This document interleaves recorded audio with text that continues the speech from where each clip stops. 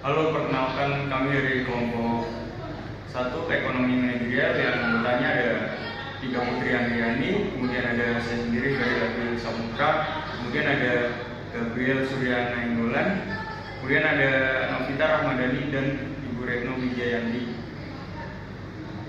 Video ini dibuat untuk mempresentasikan tugas UAS kami, yaitu tugas UAS mata kuliah Ekonomi Manajerial dengan dosen pengampu Bapak Dr. Raymond H. Mikael MM. Oke, baik, yang pertama di sini ada pengertian pasar persaingan sempurna. Pasar persaingan sempurna dapat didefinisikan sebagai struktur pasar atau industri di mana terdapat banyak penjual dan pembeli. Dan di setiap penjual atau pembeli tidak dapat mempengaruhi keadaan di pasar. Semakin banyak penjual berarti semakin banyak juga pilihan untuk pembeli. Penjual yang harganya lebih tinggi tentu akan ditinggalkan oleh pembeli. Hal ini yang mendorong para penjual untuk mengikuti saja harga yang berlaku di pasar. Pada pasar persaingan sempurna merupakan struktur yang paling ideal karena dianggap sistem pasar ini adalah struktur pasar yang akan menjamin terwujudnya kegiatan produksi barang atau jasa yang sangat tinggi efisiensinya. Semakin homogen barang yang dijual, berarti pembeli semakin tidak bisa mencari barang di penjual lainnya.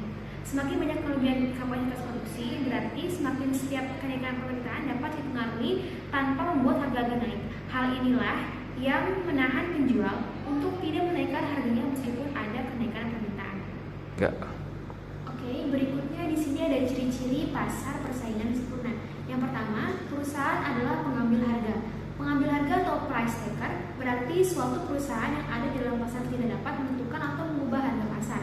Apapun tindakan perusahaan dalam pasar, ia tidak akan menimbulkan perubahan ke atas harga pasar yang berlaku.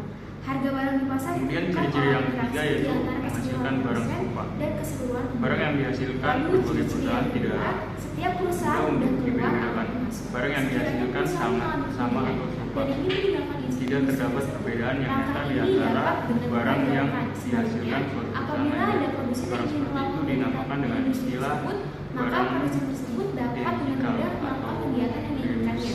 Sama sekali karena barang-barang tidak dapat tersebut adalah terdapat sama hambatan berupa baik barang secara pembeli tidak legal dapat maupun membedakan dalam yang mana dihasilkan produsen A dan B atau produsen yang lainnya.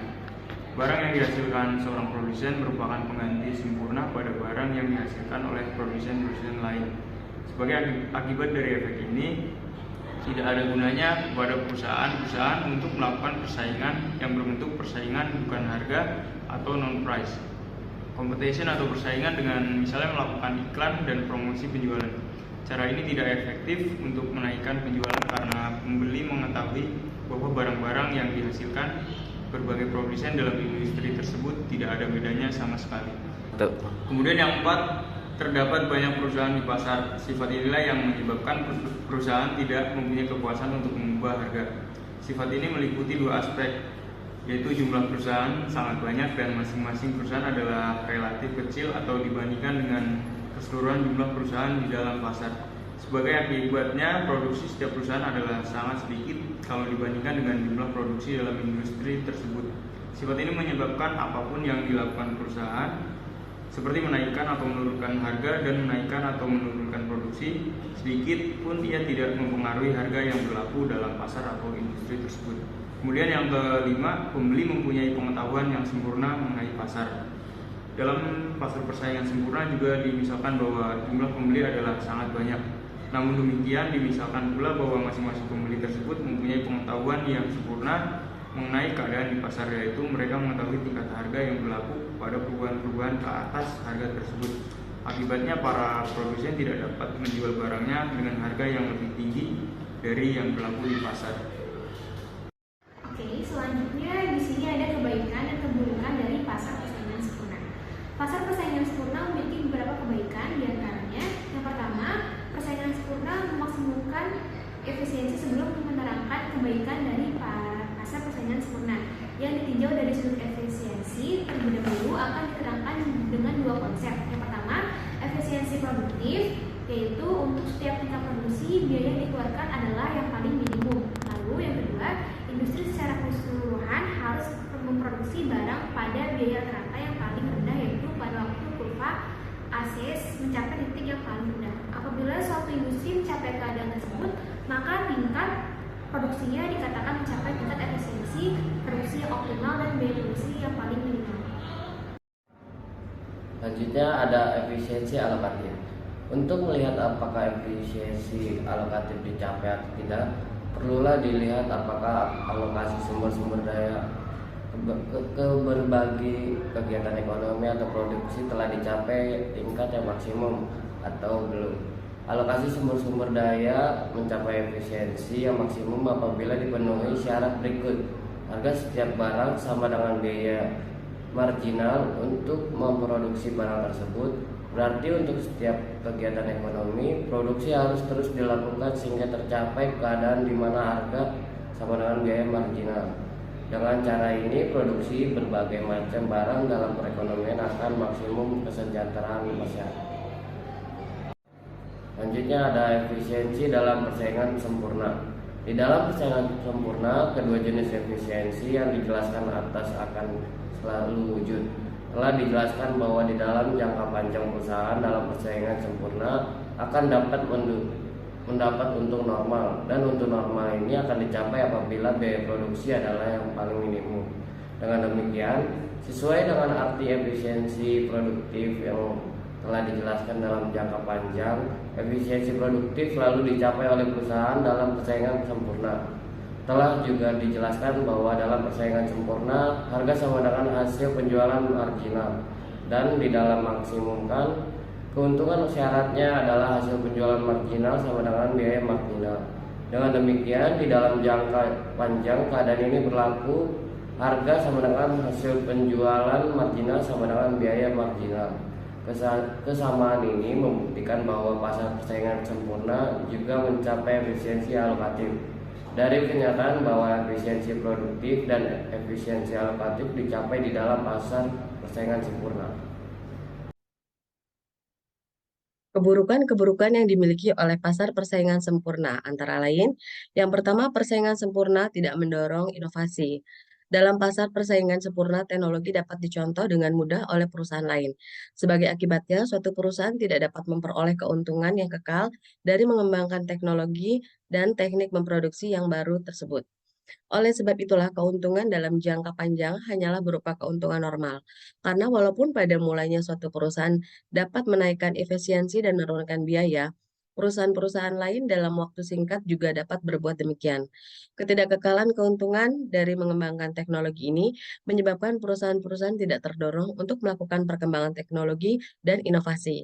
Segolongan ahli ekonomi juga berpendapat kemajuan teknologi adalah terbatas di pasar persaingan sempurna, karena perusahaan-perusahaan yang kecil ukurannya tidak akan mampu untuk membuat penyelidikan untuk mengembangkan teknologi yang lebih baik. Yang kedua, persaingan sempurna ada kalanya menimbulkan biaya sosial. Di dalam menilai efisiensi perusahaan yang diperhatikan adalah cara perusahaan itu menggunakan sumber-sumber daya. Ditinjau dari sudut pandangan perusahaan, penggunaannya mengklaim sangat efisien. Akan tetapi, ditinjau dari sudut kepentingan masyarakat ada kalanya merugikan. Yang ketiga, membatasi pilihan konsumen. Karena barang yang dihasilkan perusahaan-perusahaan adalah 100% sama, konsumen mempunyai pilihan yang terbatas untuk menentukan barang yang akan dikonsumsinya. Yang keempat, biaya dalam pasar persaingan sempurna mungkin lebih tinggi. Di dalam mengatakan biaya produksi dalam pasar persaingan sempurna adalah paling minimum tersirat yang tidak dinyatakan, memisalkan bahwa biaya produksi tidak berbeda. Pemisalan ini tidak selalu benar. Perusahaan-perusahaan dalam bentuk pasar lainnya mungkin dapat mengurangi biaya produksi sebagai akibat menikmati skala ekonomi, perkembangan teknologi, dan inovasi. Yang kelima, distribusi pendapat tidak selalu rata. Suatu corak distribusi pendapat tertentu menimbulkan suatu pola permintaan tertentu dalam masyarakat. Pola permintaan tersebut akan menentukan bentuk pengalokasian sumber-sumber daya. Ini berarti distribusi pendapatan menentukan bagaimana bentuk dari penggunaan sumber-sumber daya yang efisien. Kalau distribusi pendapatan tidak merata, maka penggunaan sumber-sumber daya yang dialokasikan secara efisien akan lebih banyak digunakan untuk kepentingan golongan kaya.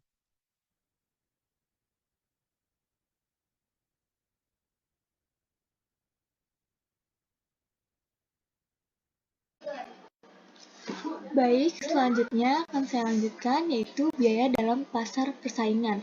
Sempurna mungkin lebih tinggi ya di dalam pencetakan biaya dan produk dalam pasaran pesaing.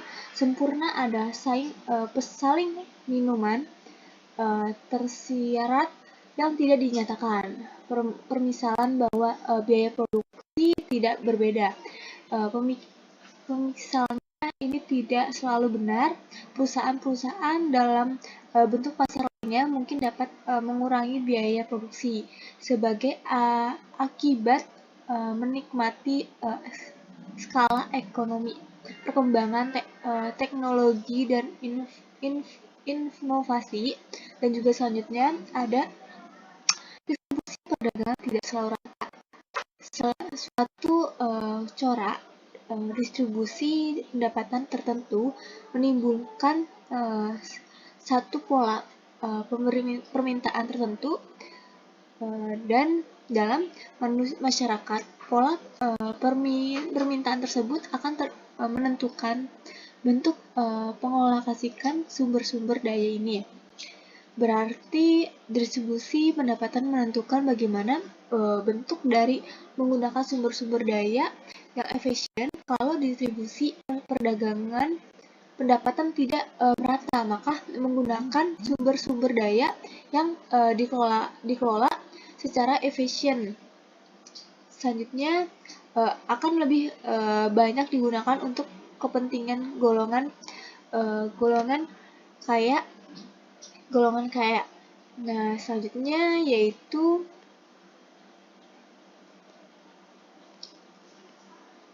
ada kurva pasar persaing sempurna. Tingkat harga dalam pasar persaing sempurna ditentukan oleh permintaan dan penawaran. Jumlah output perusahaan relatif sangat kecil dibanding output pasar, maka beberapa pun yang dijual perusahaan hanya relatif tidak berubah.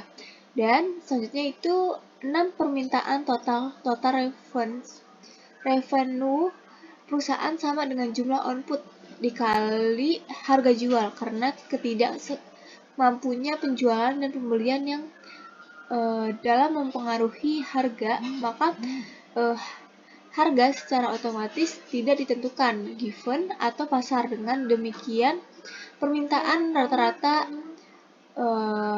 evergreen dan permintaan marginal revenue adalah sama dengan harga. Nah, selanjutnya yaitu bisa dilihat ada kurva sebelah kiri. Keterangan sumber gambar yaitu pada kurva A industri menunjukkan tingkat harga dalam pasar pesaing. Sempurna ditentukan oleh permintaan dan penawaran. Selanjutnya pada kurva B perusahaan menunjukkan jumlah output perusahaan relatif sangat kecil dibanding output pasar, maka beberapa pun tidak terjual. Perusahaan harga relatif tidak berubah. Dan yang ketiga, karena perusahaan individual bertindak sebagai price taker, maka kurva permintaan yang dihadapi oleh perusahaan berupa garis horizontal sebesar P. Dan selanjutnya itu kurva permintaan D. Sama dengan kurva permintaan rata-rata AR, sama dengan kurva permintaan marginal MR, dan sama dengan kurva penerimaan total bertentuan garis kurva berbentuk garis lurus dengan sudut kemiringan bergerak mulai dari titik 0,0.